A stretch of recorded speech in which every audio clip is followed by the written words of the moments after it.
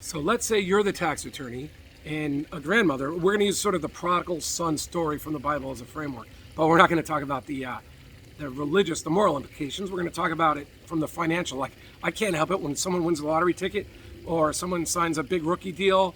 I'm always wondering what the tax consequences are. So let's say it's a prodigal son story and we're wondering what the tax consequences are. And you're the tax attorney. We're going to do a little multiple choice today. And we're going to change it up a little bit. We're going to make the numbers even. A grandmother is willing to give away $10 million now. She can. She has enough to keep her happy otherwise and safe. And John, her prodigal grandchild, would like all the money now. Maybe he'll go out and buy some income properties with it, hopefully. But maybe he'll spend it in not as intelligent a manner. But the grandmother's like, well, I'd rather get him the money now where I can make him happy and maybe get him a good financial head start in life. Maybe he'll buy an income property and generate income for life, and the asset will appreciate in his account instead of crowding out other income and asset appreciation in my account. So she's willing to give him $5 million, his half of the $10 million now, and Jennifer says she's willing to wait. And the grandmother's like, oh, well, I better go see a tax attorney because if I were to give John $5 million, I'm not sure whether I'd have to pay taxes on it, whether John would have to pay taxes on it, or if we're good. So she walks into your office and gives you the scenario. What would you do? Well, the first thing I think most tax planners would say is you could give away $15,000 to either of them, both of them, or one of them tax-free every year. So let's give John $15,000, and to be fair, let's give Jennifer $15,000. So now she goes, okay, great, but what about the remaining $4,985,000 that I'm thinking about gifting to John? What happens with the taxes there? All right, so let's knock the easy part of that question out first, and that is that generally, and I'm an attorney and licensed in California, I'm also a real estate broker licensed in California, this is educational. There's always exceptions. You want to follow the forms, you want to understand the rules, but I'll say there's a good chance you'll qualify for this too if you've never filed Form 790 before. Okay, so $4,985,000 goes to John. Would John have to pay taxes on it as the recipient? In general, the answer is no.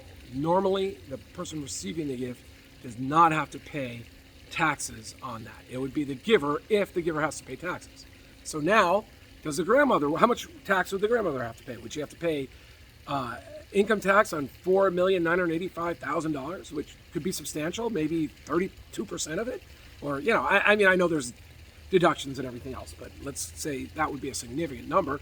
And the grandmother goes, and because if I had to do that, then I couldn't give Jennifer as much, and that wouldn't be fair.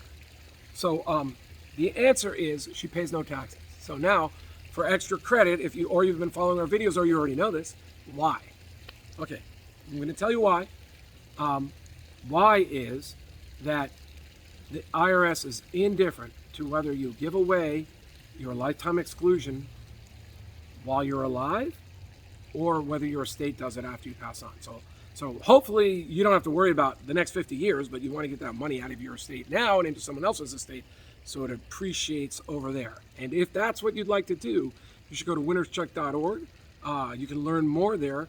What we love to do, we can help you with the planning, and we like to interface. I could do the taxes. The forms aren't that hard, but I don't have the staff to do, say, 100 tax returns during tax season. So I would interface, I would review. What we like to review is make sure the forms get properly prepared and ready to be filed on time. So we'd review them, then you take them back to your tax person. But we do other things. As a real estate broker, what we really want to do, what we really like to do, is help you gift that money over so that your grandchildren, your kids, even your friends can maybe buy a nice home for themselves, and you'll help them with the down payment, or you can buy the whole thing.